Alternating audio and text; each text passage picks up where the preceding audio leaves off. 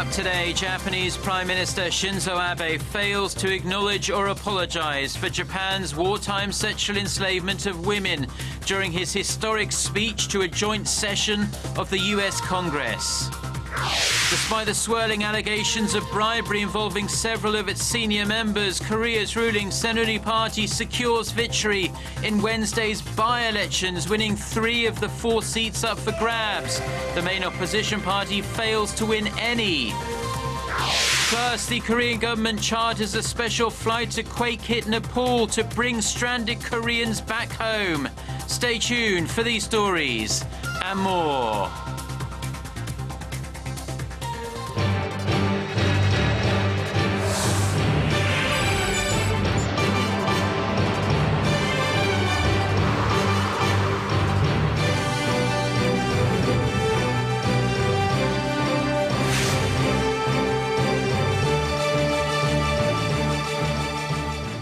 Hello to our viewers around the world. It's 6 a.m. on Thursday, April 30th here in Seoul. Thanks ever so much for joining us. I'm Mark Broome.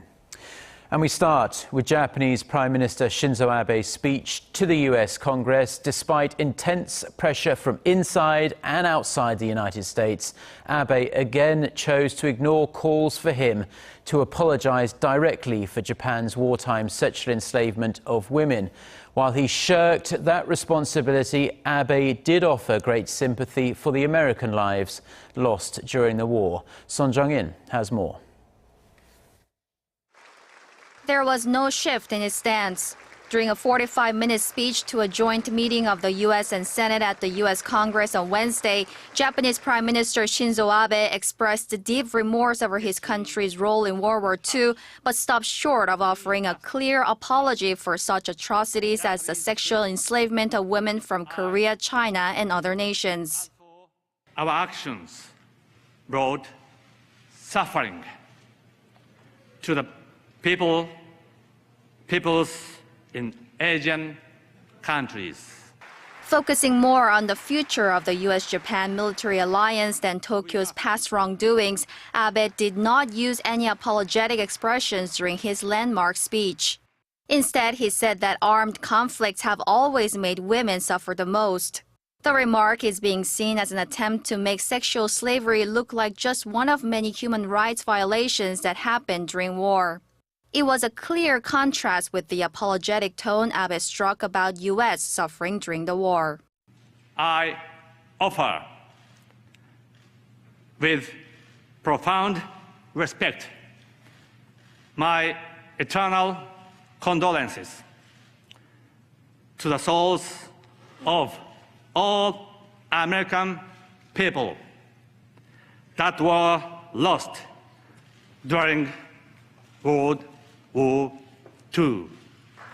Many critics had urged Abe to use the speech to make a public apology about Japan's wartime atrocities to alleviate concerns that he is trying to dilute past official statements of remorse by his predecessors. The absence of an apology is expected to cast a shadow over the prospect of Seoul-Tokyo ties improving anytime soon. Son Jung-in, Arirang News. Now back here in Korea, and it was a tale of 2 very different stories for Korea's 2 biggest political parties in Wednesday's by-elections. The ruling party surprised many by sweeping to victory in 3 of the 4 vacant seats. The main opposition party is left licking its wounds after failing to win a single race. Park Ji-won reports. It was a surprise victory for the ruling Saenuri Party. The Conservative Party ended up winning 3 of the 4 parliamentary seats up for grabs in Wednesday's by-elections. A liberal independent candidate took the remaining seat. It was a night to forget for the main opposition party, which failed to secure a single victory, even in its traditional stronghold districts. Seoul's Gwanak-B, a traditional liberal hotbed, was won by the ruling Saenuri Party's Oh Shin-hwan with over 43% of the vote.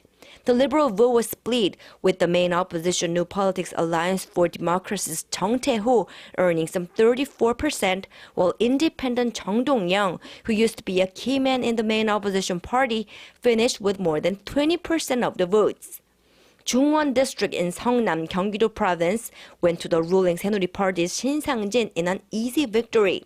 He locked down more than 55% of the votes, while the main opposition's Chung Hwan-seok could only muster 35%.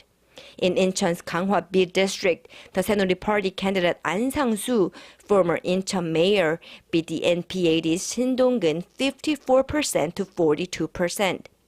The nightmare was complete when the NPAD also lost in Gwangju's Seogu B district, a constituency which has been in the Liberal Party's hands for 13 straight elections. Independent Chun Jung-bae, former justice minister during the Roh Moo-hyun administration, took more than 52% of the votes. The final voter turnout stood at 36%. That includes ballots cast during a two-day early voting period last weekend. And it's slightly higher than the 33% turnout in last July's by-elections. The rise in turnout has been attributed to the extra interest sparked by the recent bribery scandal. The 4 seats were mainly vacated by the dissolution of the pro-North Korea Unified Progressive Party late last year. The newly elected lawmakers will have 1 year in the job until the general elections next April. Park Ji-won, Arirang News.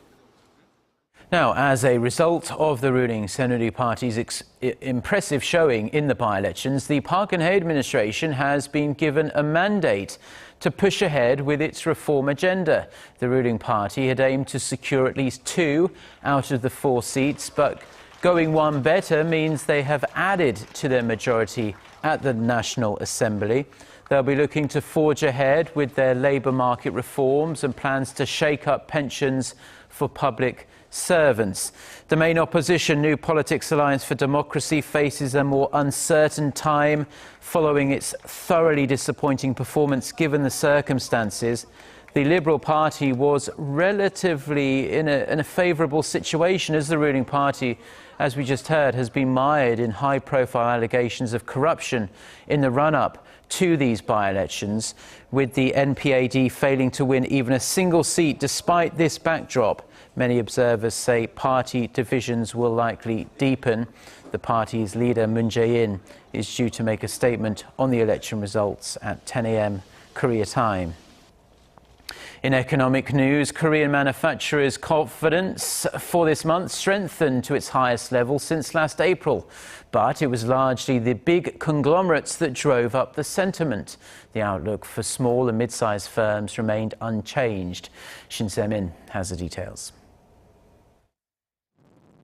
This month, confidence among Korean companies hit a record high since last April. The Bank of Korea says the business sentiment index for the month rose to 80, up 3 points from a month earlier. But a reading below 100 still means pessimists outnumber optimists. The bleak outlook also comes on the back of improved business sentiment for large firms, which saw their index go up by 5 points to 86 this month. The small and mid-sized companies remain the same. Low global oil prices benefited the large firms, creating positive sentiment despite the slow economic growth. But it wasn't enough to make small and mid-sized firms feel that advantage. The central bank also attributes the higher business sentiment among big firms to a record low key interest rate and the government measures to put in place to shore up the economy. Analysts say, however, that there is no guarantee that these favorable conditions will continue in the long run, setting off alarm bells even for conglomerates, which are less vulnerable to circumstances outside the country. Shin Se-min, Arirang News.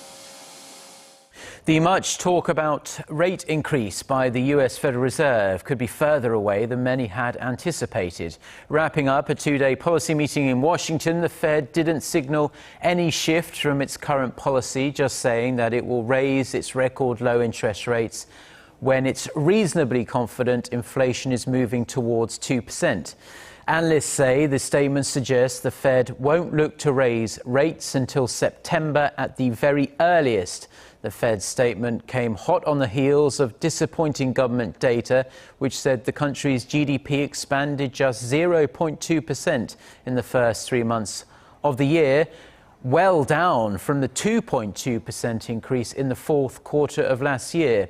The slowdown has been blamed on the harsh winter weather, falling global crude prices, slower hiring and the rising dollar. The Fed's interest rates have been near 0% since late 2008. Now to the latest on the aftermath of Saturday's devastating earthquake in Nepal. Aid has begun to reach remote regions near the capital Kathmandu. The UN says the response is broadening to include hard-hit areas where landslides have earlier been reported, with at least 200 people feared to be missing in those areas. Now, those landslides have strained rescue efforts in the aftermath of the 7.8 magnitude earthquake, which has thus far killed more than 5,000 people confirmed and injured more than 11,000. Now, the death toll continues to rise as rescuers begin to reach remote villages and search for survivors who may or may not be trapped under debris. Meanwhile, tens of thousands of people are trying to flee the affected regions where food, water and other supplies are running out. And the Korean government has sent a special plane to Nepal on this Thursday to bring its stranded citizens back home. Dozens of Korean tourists are currently stranded in Nepal, including 44 high school students. Seoul's foreign ministry says that a Korean air flight departed for Kathmandu at around 3 a.m. Korea time, that's about 3 hours ago, and will return at around 6:30 p.m. this evening. The plane is carrying emergency food, water and other relief goods for the Korean embassy in Nepal to give to the remaining Korean nationals there. The ministry also plans to dispatch a second group of rescue team workers on Friday and send $500,000 worth of relief goods. Korea's education system is notorious for its grueling study hours, with parents often paying through the nose for private tutoring after regular school is done for the day. In order to change that, the government has devised a plan to create a learning culture that can help students figure out what they want to do in life at an early stage. Our Kim Ji-yeon reports. It's midday on a school day and around 1,000 teenage students are at the Seoul Arts Center to watch Shakespeare's Taming of the Shrew as a ballet performance. The students are not ditching class or going on a school field trip. They're participating in a free semester program, a government initiative to give students vocational experiences through various extracurricular programs. I wish my school could invite professional athletes as lecturers, since my dream is to become a basketball player. After their morning classes, students are offered choices ranging from baking and carpentry to paying a visit to a local recording studio or newspaper publishing company. But the best part of the program may be that students don't have to take exams during the free semester.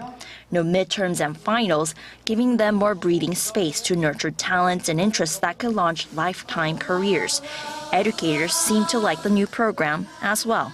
Teachers can come up with creative ideas to educate students. The problem is they lack the infrastructure to carry them out, particularly when it comes to exposing students to a wide range of career options. It would help if the government can provide connections to related companies and institutions to make this happen.